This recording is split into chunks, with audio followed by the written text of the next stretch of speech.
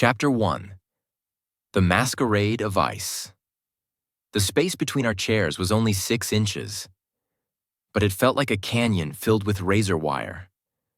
I stared straight ahead, just staring, focusing on the little drop of water sliding down my crystal glass. Because if I looked at her, if I turned my head just a tiny bit to the left, I would lose the war I'd been fighting for 5 years. "The soup is excellent, Your Majesty," Alara said softly. Her voice hit me like a physical blow. It vibrated right in my chest, waking the monster that lived in my blood. The curse. It uncoiled in my veins like a snake made of liquid fire, hissing the same command it had screamed since our wedding night. Claim, take, consume. My knuckles turned white as I gripped the table's edge. The wood groaned under my hand. I shoved the feeling down, deep down, burying it under layers of ice.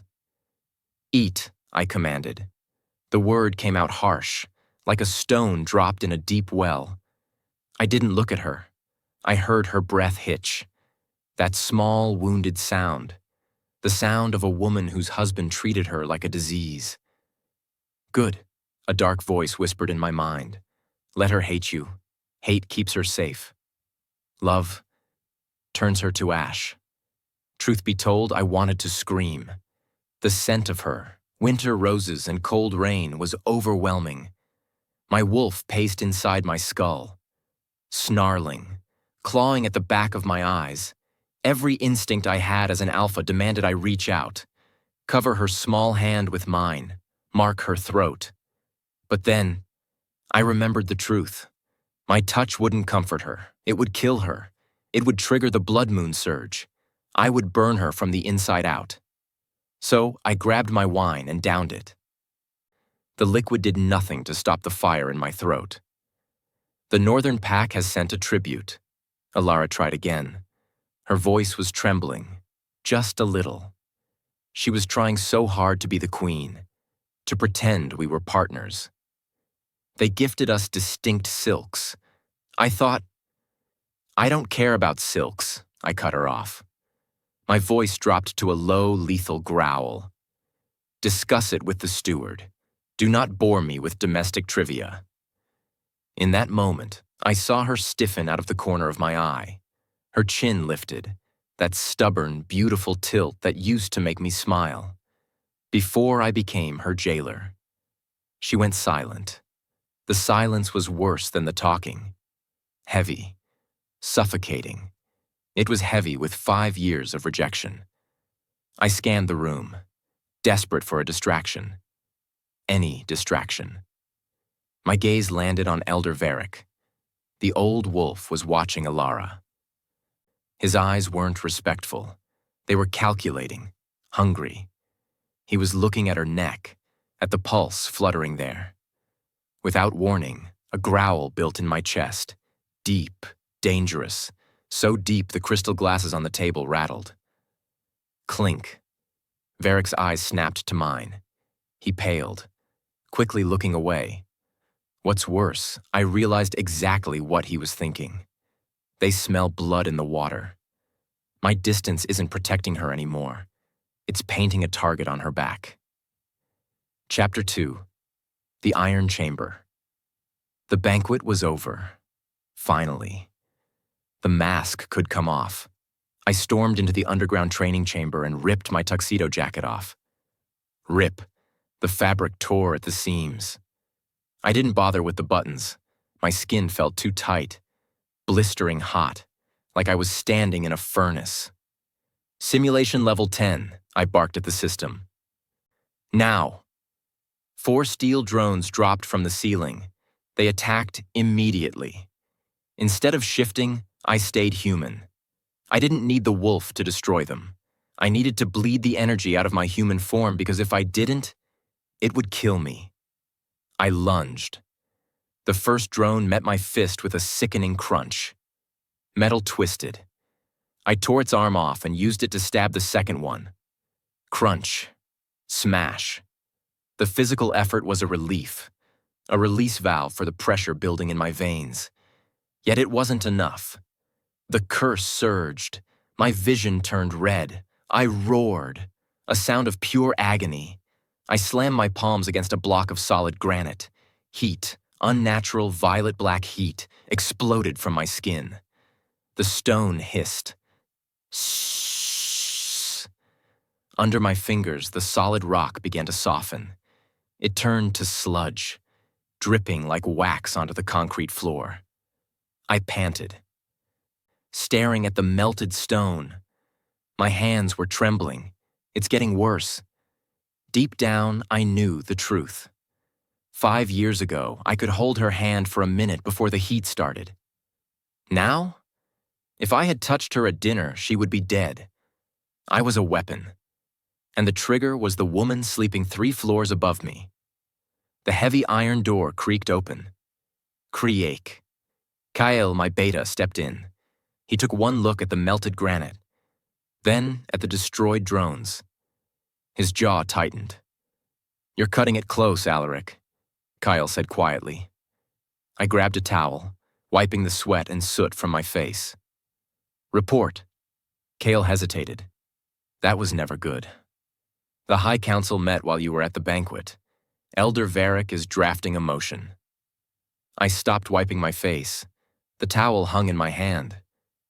"What motion?" "Annulment," Kale said. The word hung in the damp air like a blade. "On the grounds of barrenness. They're saying the Queen is defective. They want her gone, Alaric, within the month." I threw the towel. It hit the wall with a wet thwack. "They want to breed you," Kyle added. His voice was grim. "To someone they control." "Let them try," I snarled. Even so, the fear was a cold knot in my gut. If they annulled the marriage, Ilara would be exiled. Without the protection of the crown, the curse's separation sickness would hit her. She'd wither away in weeks. I was trapped. I couldn't touch her. I couldn't hold her. I couldn't save her. Because of that, I knew I was running out of time, and the walls were closing in. Chapter 3. The Silent Guardian. The palace was asleep, but the ghosts were wide awake. I stood in the shadows of the corridor. My back pressed against the cold stone wall. Ilara's door was 5 feet away, just 5 feet. A barrier of oak and iron that might as well have been 1,000 miles. I could hear her. Shifter hearing is a curse. I could hear the rustle of her sheets. I could hear the uneven beat of her heart. Thump, thump, thump, thump. And for the last 1,125 nights, I had listened to her cry. Usually it was a soft, muffled sobbing into her pillow. The sound ripped me apart, piece by piece. Every sob was an accusation. You failed her. You broke her. I stepped away from the wall. My hand hovered over the brass handle. "Just go in," the wolf begged. Tell her why you're a monster. Tell her you love her." My fingers brushed the cold metal. Flashback, my mother's scream. No, my father's roar of confusion. Then horror, the smell of burning flesh. The way she crumbled in his arms, turning to ash because he lost control for 1 second. Just 1 second. As if pulled by a string, I snatched my hand back, like the brass was white hot. I couldn't risk it. I would rather be the villain in her story than the reason her story ended. I leaned my forehead against the wood, closing my eyes. "I'm sorry, Ilara," I whispered. The words were too quiet for human ears, but loud enough for the shadows. "I'm so sorry." I waited for the crying to start. It was usually like clockwork, but then, silence. I frowned, tilting my head. No sobbing, no shuffling. Instead, I heard footsteps, sharp, purposeful, click, clack. I heard the zip of a suitcase being closed. I heard the distinct snap of a latch. My heart hammered against my ribs. She wasn't crying. The scent wafting under the door changed. The notes of salt and sadness were gone. In their place was something sharper, metallic, cold, resignation. And just like that, everything changed. She wasn't mourning the marriage anymore. She was ending it. I stepped back into the shadows, a terrible realization settling over me. My silence hadn't saved her. It had pushed her to the one place I couldn't protect her from. The door. Chapter 4. The papers. The throne room was freezing. It wasn't the temperature, it was the people. The 12 elders of the High Council sat in a semicircle, their black robes pooling around them like spilled ink. I sat on the obsidian throne, my fingers gripping the armrests so hard I could feel the stone cracking under my nails. Because of that, everyone in the room was terrified. Except her. The heavy oak doors groaned open. Cree-eek. Ilara walked in. She wasn't wearing her crown. She wasn't wearing the heavy velvet robes of the queen. She was wearing a simple gray dress and a coat. She looked small, fragile, but her eyes were steel. In that moment, I wanted to run to her. My wolf howled, clawing at my ribs, begging to tear the throat out of anyone who dared to look at her wrong. But I stayed frozen. A statue of a king. She stopped at the foot of the dais. She didn't bow. "My king," she said. Her voice didn't tremble, not even a little. "Ilara," I rasped. My voice sounded like gravel grinding in a mixer. "Go back to your room." Instead, she reached into her coat. She pulled out a thick envelope. Cream-colored paper. Wax seal. She tossed it onto the stone floor between us. Slap. The sound echoed like a gunshot. "I am petitioning for a dissolution of the mating bond," she stated, loud and clear, "on the grounds of abandonment and cruelty." As the silence stretched, the air left the room. The guards shifted uneasily. No queen had ever divorced an alpha king. It was treason. It was suicide. I stared at the papers. My heart stopped. If she broke the legal bond, the magical protection of the pack would vanish. The curse would sense her vulnerability. "I deny it," I snarled. "Pick them up." But then Elder Varric stood up. He was smiling, a thin reptile smile that made my skin crawl. "Actually, my king," Varric purred, "the council has already reviewed the queen's request. We find it valid." Her world tilted? No. Mine did. I looked from Varric to Ilara. She looked relieved. Relieved that they were letting her go. She didn't know. She didn't know she was walking into a slaughter. Deep down, I knew the truth. They weren't granting her freedom. They were granting her a death sentence. "It is done," Varric announced, stamping his staff on the floor. "The queen is released. She must vacate the territory by sunset." Ilara looked at me one last time. I waited for her to hesitate, to look for a sign that I wanted her to stay. Between one breath and the next, she turned her back on me and walked away. She didn't see the tears burning in my eyes. She only saw the monster who let her go. Chapter 5. The Council's Trap. The moment the doors closed behind her, the room exploded. "Clear the room!" I roared. The guards scrambled, leaving me alone with the elders. I didn't walk down the steps of the dais. I jumped, landing in front of Varric with a thud that shook the floorboards. I grabbed him by his collar, lifting his feet off the ground. "You accepted it," I hissed, my face inches from his. "Why?" Varric didn't struggle. He smelled like rot and old parchment, and arrogance. "She is broken, Alaric," Varric whispered. "She produces no heirs. She weakens you." "She is my mate," I bellowed. The heat of the curse flared in my hands. Varric's collar began to smoke. "She was your mate," Varric corrected. "Now, she's a rogue, and you know the law regarding rogues who know state secrets." Her chest ached. No, my heart shattered. You're going to kill her, I realized. My voice dropped to a whisper. Not us, Varric smiled. But the woods are dangerous at night. Accidents happen, and once she is gone. We have a lovely breeder from the southern pack waiting for you. Someone fertile, someone obedient. What's worse, he was right. I couldn't stop them legally. The ink was dry. The moment she stepped past the boundary line, the council's assassins would be waiting. I dropped Varric. He crumbled to the floor, coughing. If you touch her, I said, my voice eerily calm, I will burn this castle to the ground with you inside it. Varric adjusted his robes. You are the king. You must follow the law. That's why I knew I had to break it. I turned and sprinted for the door.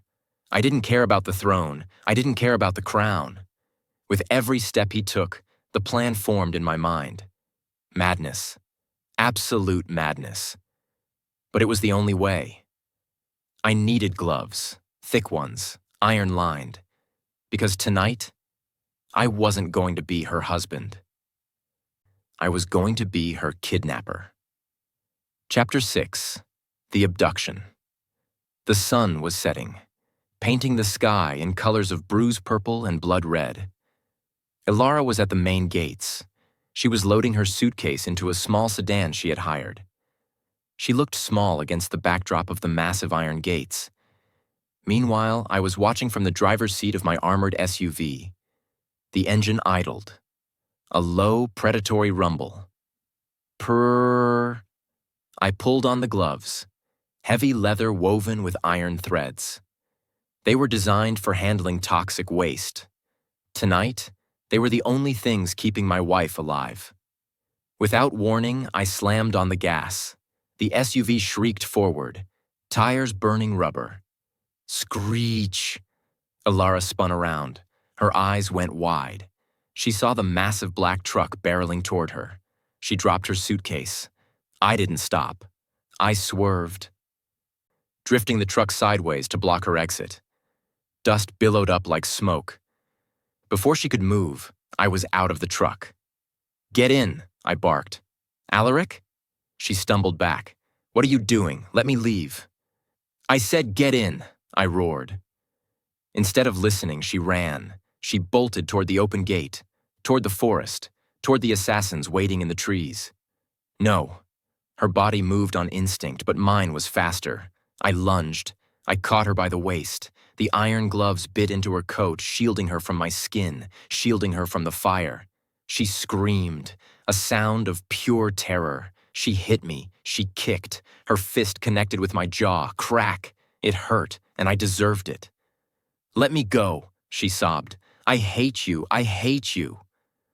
Whatever he said, his eyes told a different story. No, I couldn't speak. I couldn't tell her I was saving her. I just grunted, hefting her over my shoulder like a sack of grain. I threw her into the passenger seat and slammed the door. Bang! I locked it from the master switch. I jumped into the driver's seat. Just like that, we were moving. I floored it. The SUV tore through the open gates, past the boundary line.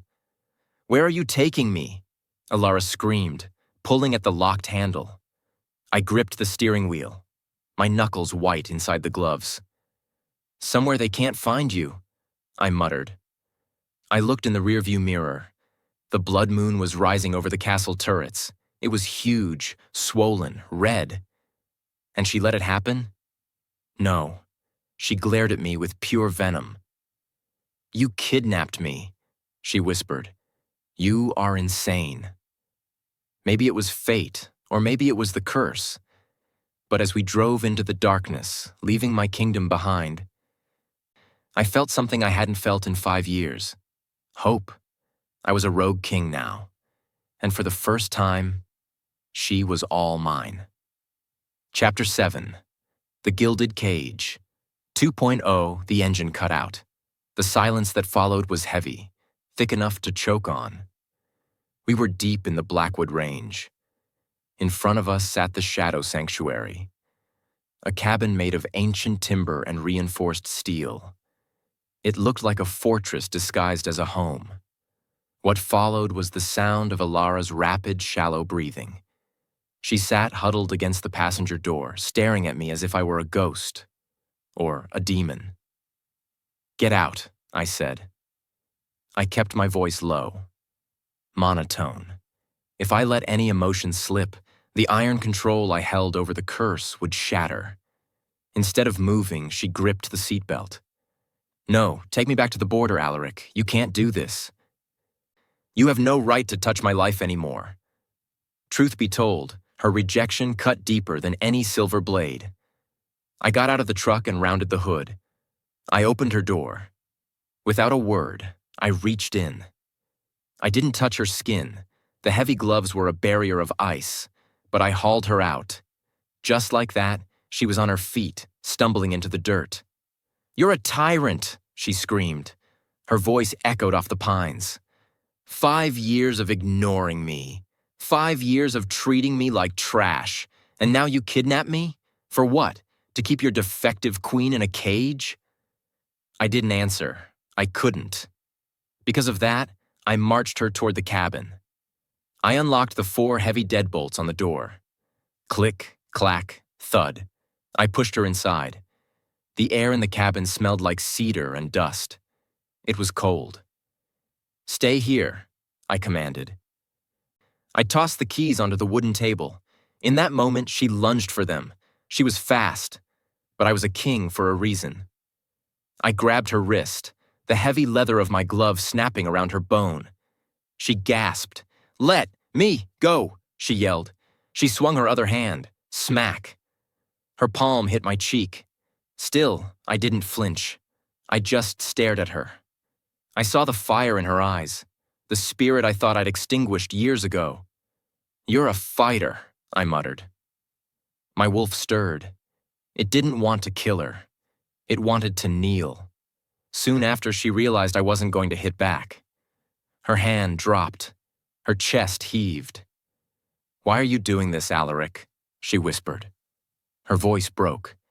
"Just let me die in peace. It's better than this." Chapter 8.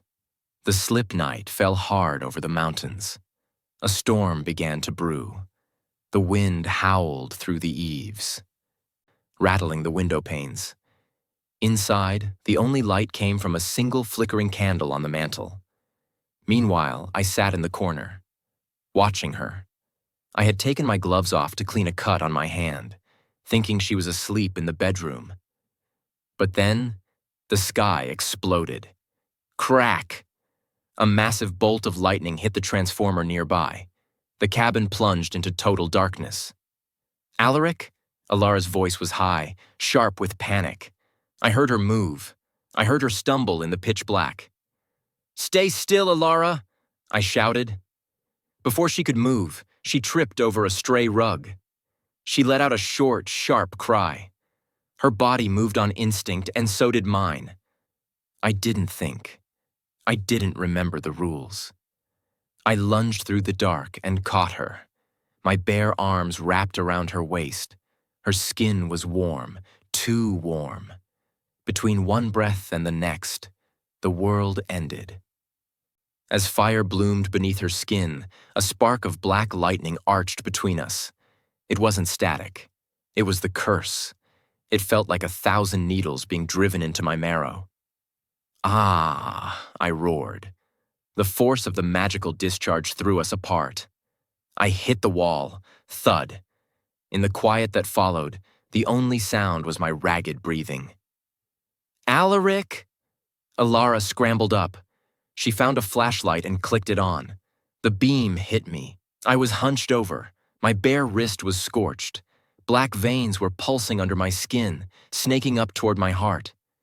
To make things worse, the floor where I had stood was charred. A perfect black burn mark in the shape of my footprints. "You're hurt," she whispered. She stepped toward me. "Stay back," I snarled. I scrambled away from her like a wounded animal. "Don't you dare touch me." As the silence roared, she stared at the burn on the floor, then at my arm. It wasn't me, she realized. Her voice was trembling. The lightning. It came from you. You're not ignoring me, Alaric. You're afraid of me. Chapter 9. The Partial Confession. I sat at the table. My arm was propped up. It felt like it was being dipped in acid. Alara stood by the sink. She had a bowl of water and a cloth. She wanted to help. I can do it myself, I snapped. Shut up, Alaric, she said. Maybe it was fate, but her bossy tone actually made me stop. She didn't come close. She stayed 2 feet away. She used a long pair of tongs to drop the wet cloth onto my burn. The cold water hissed against my skin. Tell me, she said. Her eyes were fixed on mine. No more lies, no more silence. What is happening to you? Deep down, she knew the truth was bad. But she didn't know how bad. I'm sick, I lied. It was a half-truth. It's a blood disorder, rare. It makes my touch unstable. Unstable? She repeated. She looked at the charred floor. You look like you're exploding. The blood moon makes it worse, I said. My voice was tight. That's why I stayed away. I didn't want to infect you. Yet she didn't look convinced. She looked at me with a mix of pity and fury. You let me believe I was worthless, she whispered. You let the whole pack call me the Virgin Queen because you were sick? Before the words left her lips, a terrifying howl echoed from the woods. It wasn't a wolf. It was deeper, older, a sound that made the hair on my neck stand up. Without thinking, I reached for my gloves. My heart skipped. What was that? Alara asked. The reason we can't stay here, I muttered. As the wind shifted, I smelled them. Shadow beasts. The curse wasn't just in my blood anymore. It was manifesting. It was coming for us. Alaric, your eyes, Alara gasped. I looked in the darkened window. My eyes weren't gold anymore. They were solid, ink black. And she let it happen? No. She stepped closer, defiant. If we're going to die, she said, tell me the whole truth, right now. The tension broke when the first window shattered. Crash! A claw made of pure shadow ripped through the glass. And just like that, everything changed. The conversation was over. The fight had begun. Next, I would have to show her exactly what kind of monster her husband really was. Chapter 10. The Siege of Shadows. The window exploded inward. Crash! Shards of glass flew like deadly confetti. A claw, made of pure, writhing darkness, raked across the wooden floorboards. It left deep, smoking gouges in the oak. Get back! I roared. Without warning, I shoved Alara behind the heavy sofa. I didn't have time for gloves. I didn't have time for control. The beast squeezed through the window frame. It looked like a wolf, but wrong, twisted, no fur, just oily shadow and teeth that dripped liquid night. It lunged. Her body moved on instinct? No, mine did. I met the beast in midair. My shoulder slammed into its chest. It felt like hitting a wall of freezing water. The cold burned. It hissed against my skin. Shh! Alaric! Alara screamed. I grabbed the beast's throat. My hands flared with that violet-black cursed energy. This time, I didn't hold it back. I pushed it out. In the span of a breath, the shadow beast shrieked. It dissolved under my touch, turning into black mist that smelled like sulfur and rot. But then, 2 more crashed through the back door. Bam, bam! I was panting. My vision was swimming. Using the curse energy was draining me. My knees felt like jelly. One beast snapped at my leg. Its teeth sank into my calf. Ah! I yelled. I kicked it off, but I stumbled. I fell to one knee. The second beast crouched, ready to tear my throat out. I couldn't move fast enough. I was too weak. Suddenly, a silver blur whizzed past my head. Clang. Alara stood there. She was holding a heavy iron fire poker. She swung it with everything she had. The iron connected with the beast's skull. The shadow creature recoiled, screeching at the touch of the metal. "Get away from him!" she screamed. She looked terrified, shaking, but she stood her ground. What followed was pure chaos. I used her distraction to shift, not fully, just my claws. I ripped through the remaining beasts, one by one, until the room was silent. Eventually, the last shadow faded. I collapsed. I shifted back to human form completely. Naked, bleeding from my leg, shivering violently on the rug. I couldn't hide it anymore. The monster was out. Chapter 11. The midpoint shift. The cabin was quiet, except for the wind whistling through the broken windows. I dragged myself to the corner of the room. I pried up a loose floorboard. My fingers were bloody, but I didn't care. I pulled out a small, iron-bound chest. As the silence stretched, Alara watched me. She hadn't run away. She was holding a blanket. She walked over and draped it over my shoulders. She didn't touch my skin. "Open it," I rasped. She knelt. Her hands trembled as she undid the latch. Inside, there was no gold, no weapons, just an old leather-bound book. "My father's journal," I whispered. Truth be told, I wanted to burn it, but she needed to know. Alara opened it. She read the first page, then the second. Her eyes went wide. She gasped, her hand flying to her mouth. "The blood moon curse," she read aloud. "The king's touch turns to poison, unless the bond is sealed by a blood sacrifice of the mate." Her world tilted. I saw it happen. She looked up at me. Tears were streaming down her face. "You knew," she whispered. "You knew that if you claimed me, if you loved me, I would die." "I saw it happen," I choked out. "My father, he loved my mother more than life, and he killed her with a kiss." I looked at my hands, the hands that wanted to hold her so badly it hurt. "I couldn't do it to you, Alara. I couldn't be the reason you stopped breathing." Between one breath and the next, the anger in her eyes vanished. The cold king mask I had worn for 5 years shattered. She didn't see a tyrant. She saw a man who had tortured himself every single day just to keep her heart beating. Instead of backing away, she moved closer. "You idiot," she sobbed. A wet, broken laugh escaped her. "You stubborn, noble idiot." She reached out. She touched my face. Her palm pressed against my cheek. I flinched, waiting for the burn, waiting for the lightning. But then, nothing happened, because she was wearing my heavy leather glove. She had put it on. "You didn't reject me," she whispered. "You were saving me." In that moment, the wall between us crumbled. I leaned into her touch. I closed my eyes. For the first time in 5 years, I wasn't alone. Chapter 12. The Council's Ultimatum. We didn't have time to heal. We didn't have time to cry. A low buzzing sound filled the room. Zzzt. Without warning, a drone hovered outside the broken window. It was sleek, black, carrying a small payload.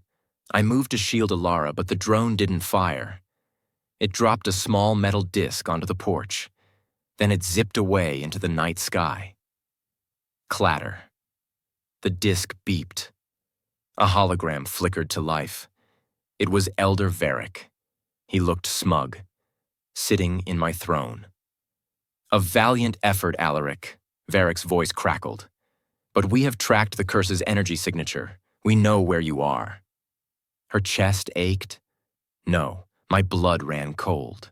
"Surrender the girl," Werewolf commanded. "By midnight, if you do not, we will firebomb the entire mountain range. We will burn the sanctuary to ash. And her with it." The hologram clicked off. As the echo faded, silence returned. But it was different now. It was the silence before a war. I looked at Alara. She was pale, but she wasn't shaking anymore. "We can't run," I said. My voice was hard. "They will hunt us until you are dead." More importantly, I was done running. I was done hiding in the dark. Alara stood up. She walked to the table and picked up the journal. She flipped to the last page, the page my father had never finished. "The sacrifice," she said. She looked at me. Her eyes were fierce. "It says blood sacrifice, but it doesn't say death." Her thoughts spun, and mine caught up. "It says the life must be given," I argued. "That means death." "Or," she countered, "it means trusting you with my life, completely." She slammed the book shut. "We're not surrendering, Alaric. We're going to break the curse." Deep down, I knew the truth. It was suicide. It was a gamble with odds so low they didn't exist. Even so, I looked at her, my queen, my mate, and I realized I would rather die trying to save her than live another day watching her leave.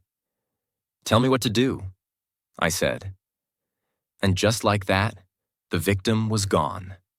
The queen had returned, and we had until midnight to do the impossible. Chapter 13. The Forbidden Ritual. The clock on the wall ticked. Tick, tock. It sounded like a hammer hitting a coffin nail. We had less than an hour before the council burned the mountain down. So we sat on the floor, facing each other. A single white candle burned between us. "Are you ready?" Alara whispered. I nodded. I couldn't speak. My throat was too tight. According to the journal, the curse fed on physical touch because the bond wasn't anchored. To anchor it, we had to touch souls. We had to open the mental link that I had kept slammed shut for 5 years. Without warning, I closed my eyes. I pictured the iron wall in my mind, the wall I built to keep her out, to keep her safe. I grabbed the mental bricks, and I pulled. Crumble. In the span of a breath, the barrier fell. What followed was a rush of sensation. It wasn't a sound, it was a feeling. It felt like warm sunlight hitting cold skin. It felt like her. I felt her fear. It tasted like bitter almonds. I felt her hope. It felt like fluttery bird wings. But mostly, I felt her love. It hit me like a tidal wave. She didn't hate me. Even after the kidnapping. Even after the silence. Underneath the anger, she loved me. Her world tilted? No. Mine steadied. "I can feel you," she gasped. Her voice echoed inside my head. "Alaric." "I'm here," I projected back. "I'm here, Alara." As the silence stretched, we sat there, breathing in sync. My heart rate slowed to match hers. The violet energy that usually burned my skin began to cool. It turned a soft, pulsing blue. Truth be told, it was working. The sacrifice wasn't death. It was vulnerability. It was letting her see the scared boy inside the king. I opened my eyes. Her eyes were glowing. Not with magic, with tears. "You were so lonely," she whispered. She had felt my isolation. "Not anymore," I rasped. But then the candle flickered. The flame turned red, a deep blood red. I looked out the window, above the tree line. The moon crested the peak. It wasn't white. It was crimson. The blood moon. And just like that, everything changed. The soft blue energy in my veins didn't stay cool. It boiled. Chapter 14.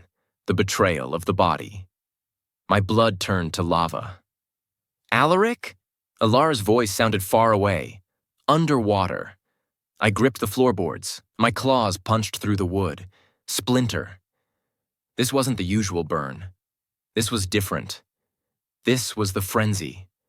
The biological imperative of an alpha during a blood moon. It screamed one thing. Breed. Take. Keep. My vision narrowed. as if the world narrowed to a single point. That point was Alara. Her scent wasn't just roses anymore. It was prey. It was necessity. I growled, a sound that didn't come from a human throat. Her body moved on instinct. She scrambled back. "Alaric, fight it!" I tried. I really tried. But the beast was stronger. It wanted to pin her down. It wanted to bite her. And if I bit her now, with the curse still active, she would die. "Run," I choked out. Drool dripped from my teeth. "Get away." Instead, she froze. "I'm not leaving you." "I will kill you," I roared. The sound shook the cabin. Because of that, I knew I had to act fast, before the man disappeared completely. I dragged my heavy body toward the cast-iron radiator bolted to the wall. I reached into my back pocket. The handcuffs. The ones I used for prisoners. With every heartbeat, my control slipped. Click. I cuffed my right wrist to the radiator pipes. Click. I cuffed the left. I slumped against the wall, breathing hard. The metal bit into my skin. Moments later, the wave hit me. I thrashed. I pulled at the chains. The radiator groaned. Creak. "Ilara," I howled. "Get out. I can't hold it." She stood there, tears streaming down her face. She held the journal to her chest like a shield.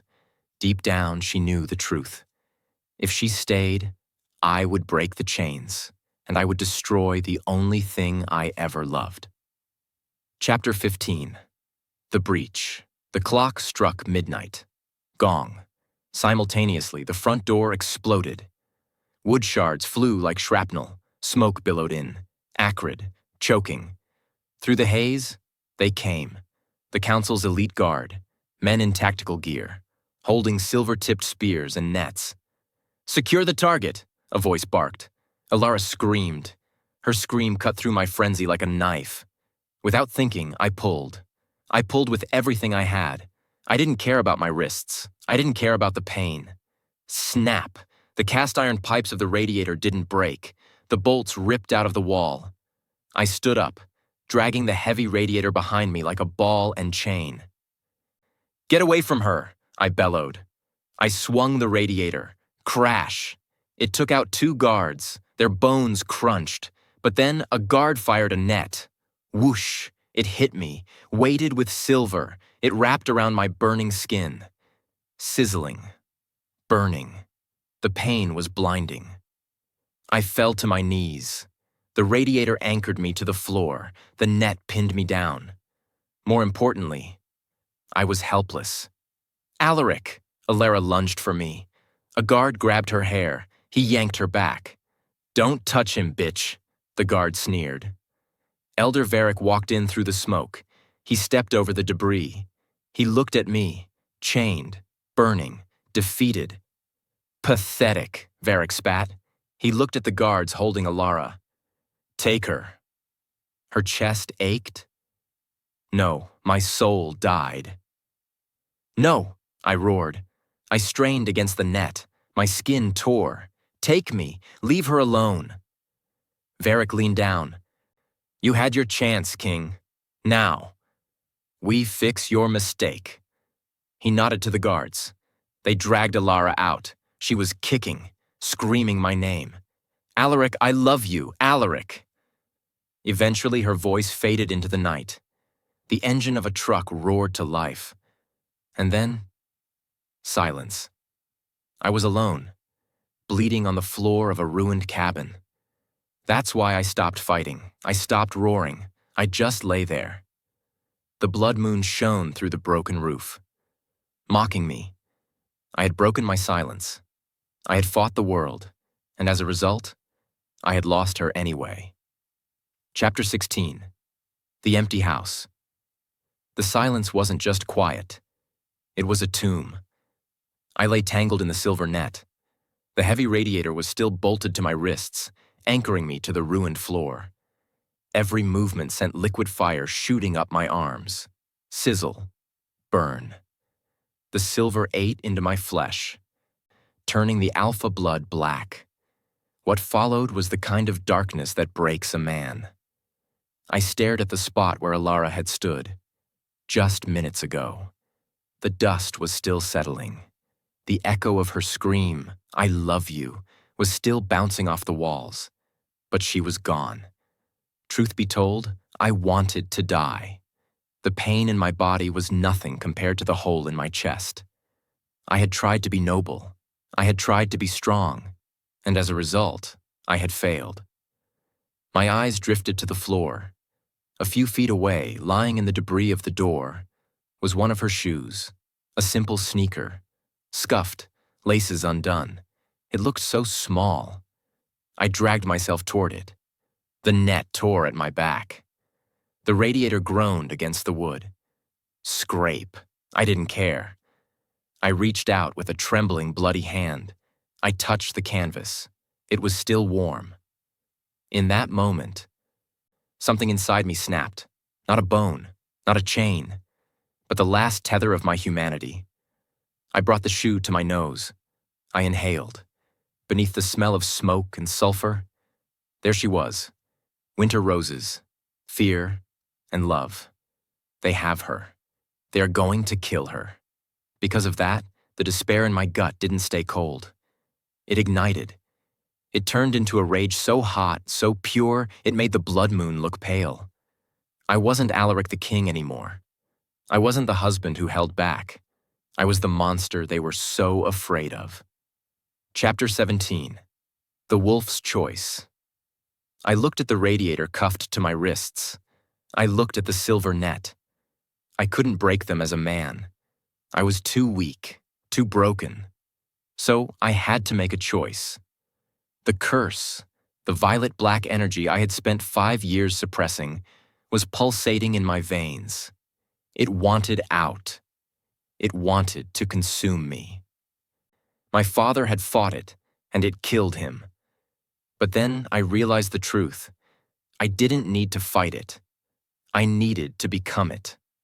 "You want out?" I whispered to the beast in my blood. Fine.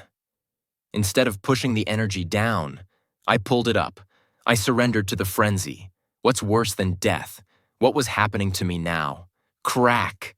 My spine arched. The sound of bones breaking filled the cabin. It wasn't a normal shift. It was a mutilation. The curse warped my biology. My skin split. "Hey!" I screamed, but the scream shifted. It deepened.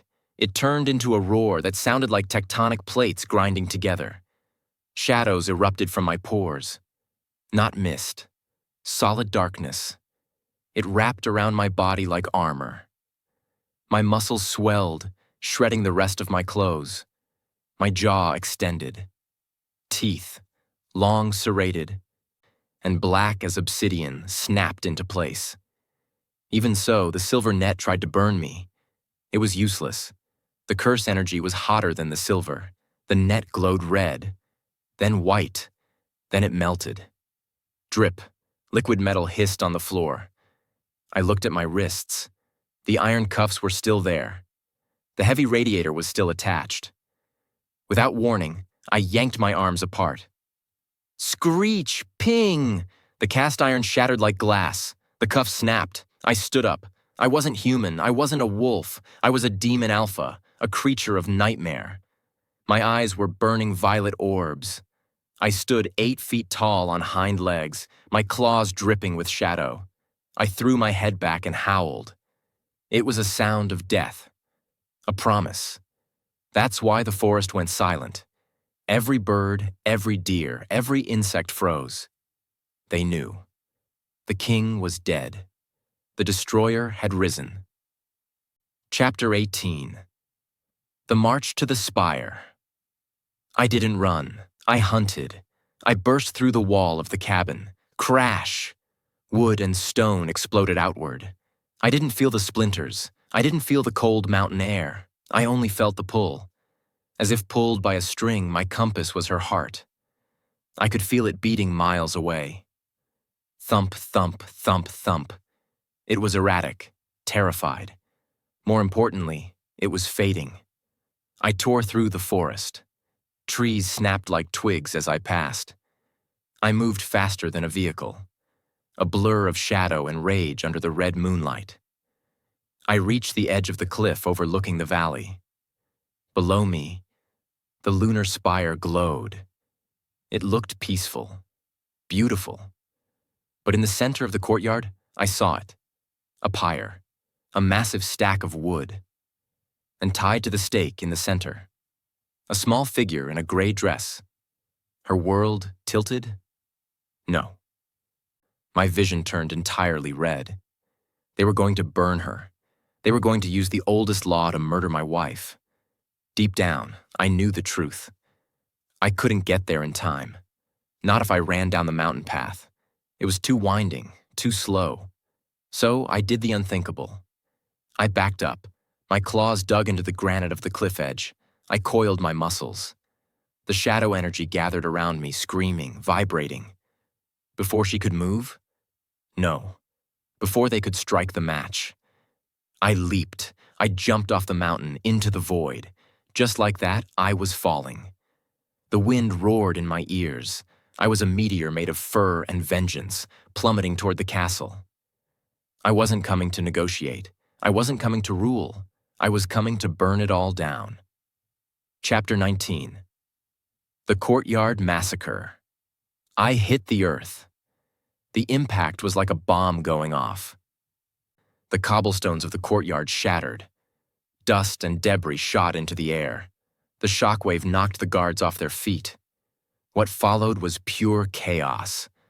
I rose from the crater. I wasn't Alaric anymore. I was a tower of shadow and muscle. 8 feet of nightmare.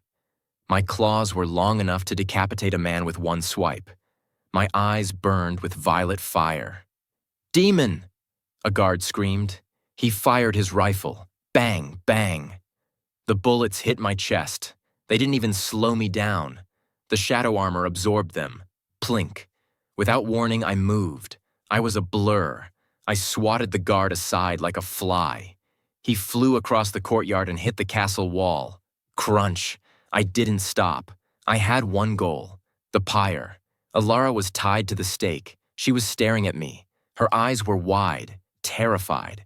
But she wasn't looking at my claws. She was looking at my eyes. "Alaric?" I heard her whisper inside my head. The bond was screaming. Because of that, I roared. "Mine!" The sound shattered the windows of the palace. I tore through the line of elite guards. I snapped spears in half. I threw men like ragdolls. I was unstoppable. I was death incarnate. But then, Elder Varric stepped forward. He stood at the base of the pyre. He wasn't afraid, he was smiling. He held a staff tipped with a glowing white crystal. "Bind him," Varric commanded. In the span of a breath, 12 hidden sorcerers stepped out of the shadows. They chanted in unison. Chains made of pure white light shot out of the ground. Snap, crack, they wrapped around my legs, my arms, my throat. I thrashed. I pulled. The light burned hotter than silver. It seared my shadow flesh. Roar! Instead of breaking, the chains tightened. They forced me to my knees, just 10 feet away from her.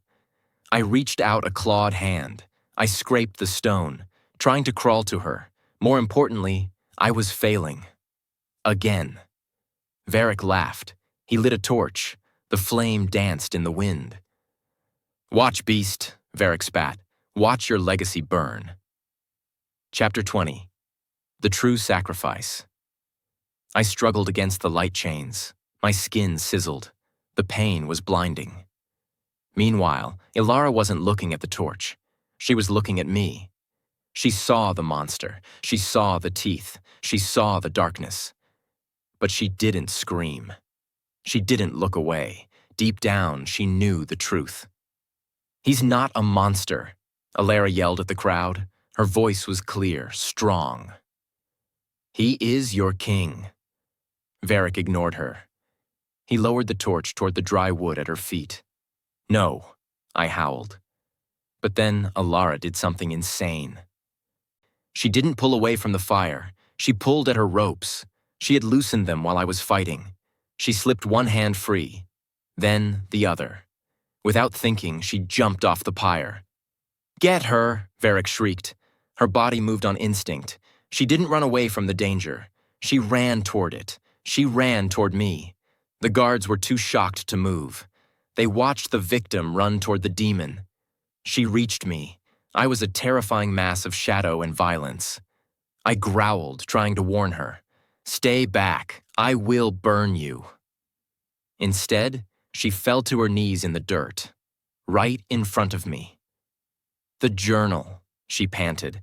Her hands hovered over my monstrous face. It said blood sacrifice. It said, "A life given." She looked into my violet eyes.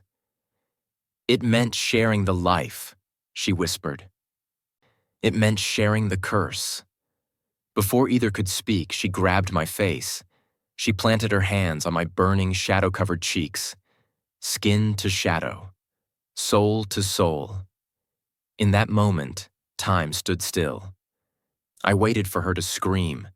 I waited for her to turn to ash. Just like that, the miracle happened. She didn't burn. The violet energy in my veins didn't attack her. It rushed into her. It flowed through her arms, into her chest, and back into me. It created a loop, a circuit. We weren't two people anymore. We were one. Chapter 21. The Severing. The energy surged. It wasn't painful. It was euphoric. It felt like the sun rising after a long, cold winter. My roar changed. It wasn't a sound of rage anymore. It was a sound of power. And this time, her voice joined mine. We screamed together, a harmonic resonance that shook the earth. As a result, the white light chains holding me shattered. Ping, ping, ping! They exploded into dust. Varric stumbled back. The torch fell from his hand. It fizzled out in the dirt. "Impossible," he gasped. I stood up, but I wasn't just standing. I was changing. Between one breath and the next, the shadows retreated. The fur receded. The claws shrank. The monster melted away, revealing the man underneath. I stood there, naked, human. My hand was gripping Alara's hand so tight our knuckles were white. Because of that, the curse wasn't gone. But it was tamed. It flowed between us like a hum of electricity. It wasn't a poison anymore. It was a weapon. I looked at Varric. My eyes were gray again, but they were glowing with a soft lunar light. "You wanted a show?" I asked. My voice was calm, deadly. I raised my free hand. Alara raised hers. We moved in sync. Without warning, we pushed. A wave of pure force erupted from our joined hands. It hit Varric. It hit the sorcerers. It hit the elite guards. They were blasted backward, thrown across the courtyard like leaves in a hurricane. Varric hit the castle wall and slumped to the ground, unconscious. The courtyard fell silent. The dust settled. I looked down at Alara. She was dirty. Her dress was torn. She had soot on her cheek. She was the most beautiful thing I had ever seen. And just like that, everything changed. The pack watched in stunned silence. They didn't see a broken king and a defective queen. They saw the Alpha and the Luna. Unbroken. I pulled her into my arms, skin to skin. No gloves, no fear. "I got you," I whispered into her hair. She sobbed into my chest. "I got you too." Eventually, the first wolf knelt, then the second, then all of them. The war was over. The reign of the Silent King had ended. Next, we had a kingdom to rebuild. Chapter 22. The Final Stand. The courtyard was silent, a field of kneeling wolves. But then, a scrape of boots on stone broke the quiet. Elder Varric wasn't unconscious. He was struggling to his knees. His robes were torn. His face was a mask of pure hatred. He looked at the pack kneeling to me. He looked at Alara standing beside me. "You think you have won?" Varric wheezed. Blood dripped from his lip. "You are an abomination. A monster." In that moment, his hand dipped into his hidden pocket. Without warning, he pulled out a pistol. It wasn't standard issue. It was silver-plated, loaded with hollow points. "Die!" he shrieked. Bang! The sound echoed like a cannon shot. Alara gasped. Her body moved on instinct? No, she didn't have to move. Because of that, I was already there. I didn't shift. I didn't dodge. I stepped in front of her, not as a frantic husband, but as a king. I raised my hand. Time stood still. The bullet spun through the air.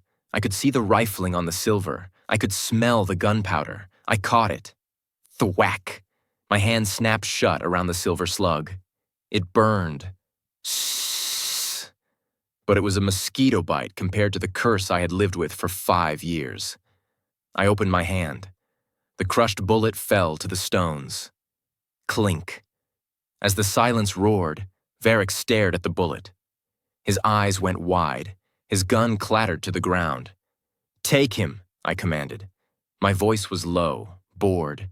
Just like that, the spell was broken. My beta, Kyle, lunged forward. He grabbed Varric. Then 2 more guards joined in. They dragged the screaming elder away toward the dungeons. "You can't do this," Varric yelled. "I am the council." "You are nothing," I whispered. I turned to Alara. She was staring at my hand, at the small burn mark where the bullet had hit. "You caught a bullet," she breathed. Truth be told, I was surprised too, but I just shrugged. "I told you," I said, pulling her close. "I got you." Chapter 23. The Healing. The walk back to the royal wing was a blur. Servants bowed, guards saluted. But I didn't see them. I only saw her. I kept my arm around her waist, refusing to let go. Terrified that if I let go, I would wake up back in the cabin, alone and burning.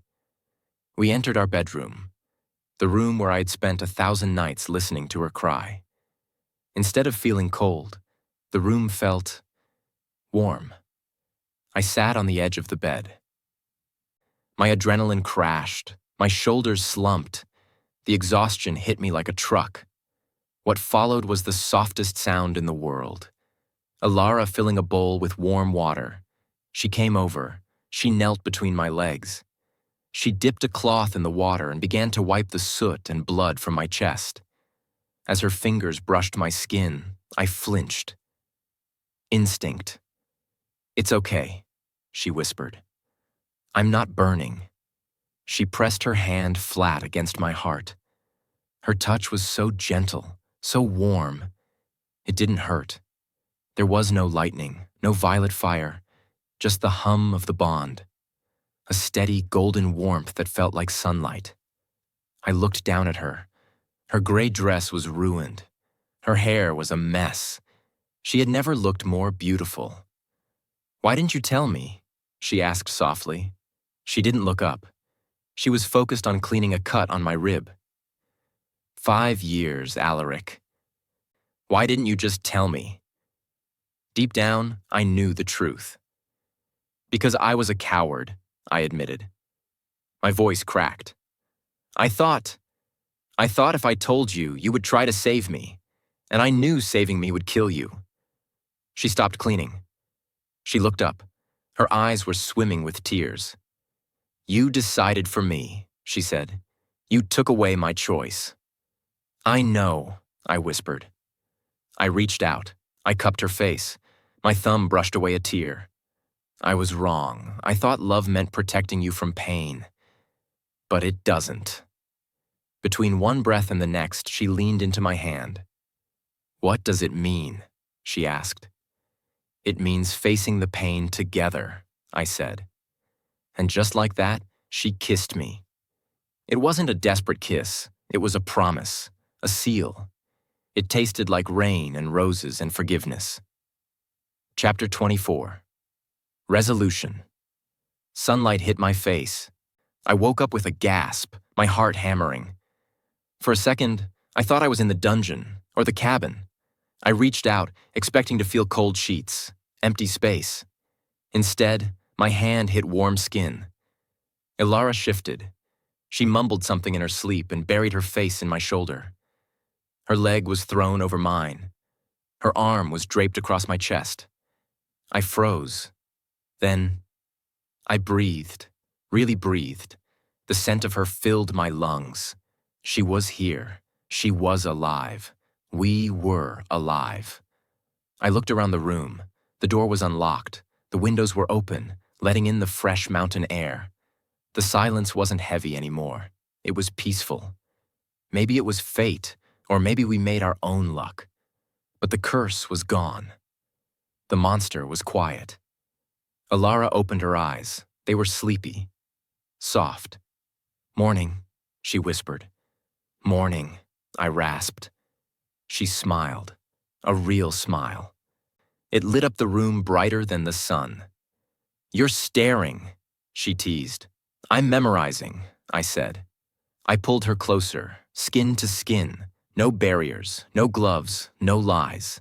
"I have a lot of lost time to make up for," I murmured against her neck. She laughed. The sound vibrated against my chest. It healed the last crack in my heart. "You have a lifetime," she said. As the wind shifted outside, carrying the sounds of a pack that was finally safe, I closed my eyes. Truth be told, I had made a vow on our wedding day. To love her, to honor her, to protect her. I had kept it in silence for 5 years, but now, I was going to keep it out loud, every single day. The end. Thank you so much for watching. Please subscribe to this channel for more Shifter stories, and also don't forget to hit the like button.